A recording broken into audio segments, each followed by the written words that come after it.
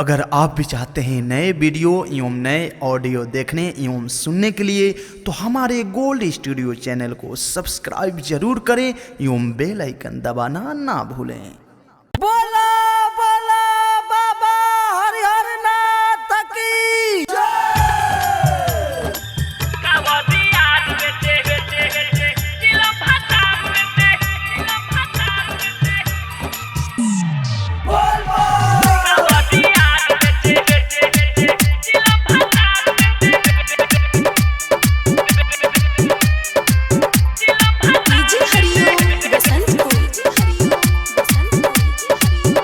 recording studio Sarisua बाजार देवघर में बातें चार चार सतले बा आगे पार चार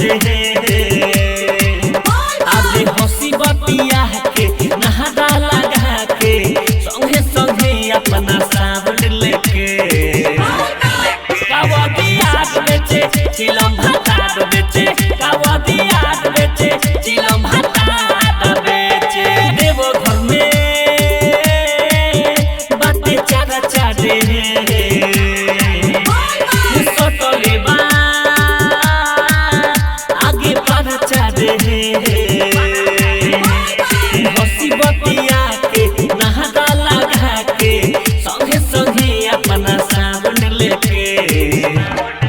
कावड़िया बेचे चिलम भात बेचे कावड़िया बेचे चिलम भात बेचे कावड़िया बेचे चिलम भात बेचे कावड़िया बेचे चिलम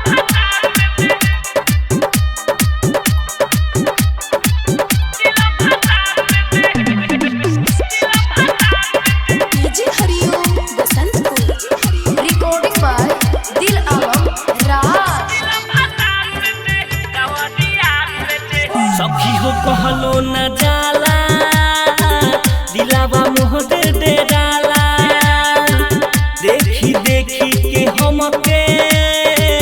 बॉडी मुस्कुराला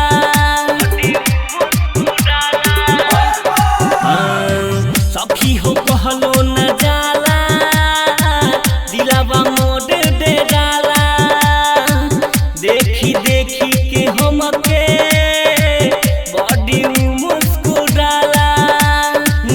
के चेला सबसे कहेला पढ़ के सुना हाथ बेचे कावड़िया बेचे चिलम भात बेचे कावड़िया बेचे चिलम भात बेचे कावड़िया बेचे चिलम भात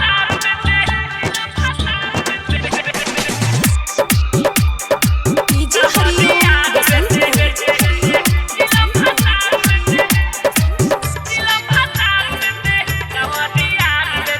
नाम हो धीरज दीवाना लिखे विशाल भट्ट के गाना भांग पी के डोलतावे पियावा मोहरे रोजाना पियावा मोहरे रोजाना हाय हाय नाम हो यूसुफ दीवाना लिखे दिलहलम भी गाना भांग पी के डोलतावे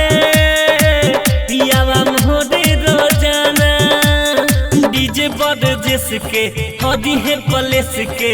टिकुली से नूर संग के साथ बेचे